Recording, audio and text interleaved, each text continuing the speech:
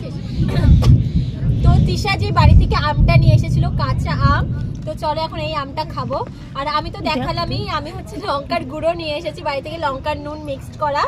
আর এই যে কৌটোটা একদম পারফেক্ট কলেজ নিয়ে। হ্যাঁ, তো চলো। এই আম আর হচ্ছে মানে কাঁচা আম আর কি সবসময় ভালো লাগে।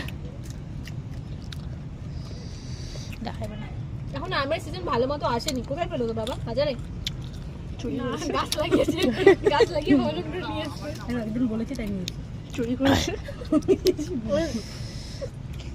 এই আম আমার জাস্ট দারুণ লাগে, মানে বেশি মানে আম মাখাটা আমার বেশি ভালো লাগে। তো যাই হোক, এই লঙ্কা গুঁড়ো নুন দিয়েও জাস্ট দারুণ লাগছে। কাঁচমিটা আমার মতো লাগছে। আমি না আমের সামনের দাঁত দিয়ে খেতে পারি না, টকটক হয়ে যায়। পাঁচ দিয়ে খাই, ওটা টক জিনিস। সাথে কম্প্রোমাইজ করা যায় না, অফ করে দাও।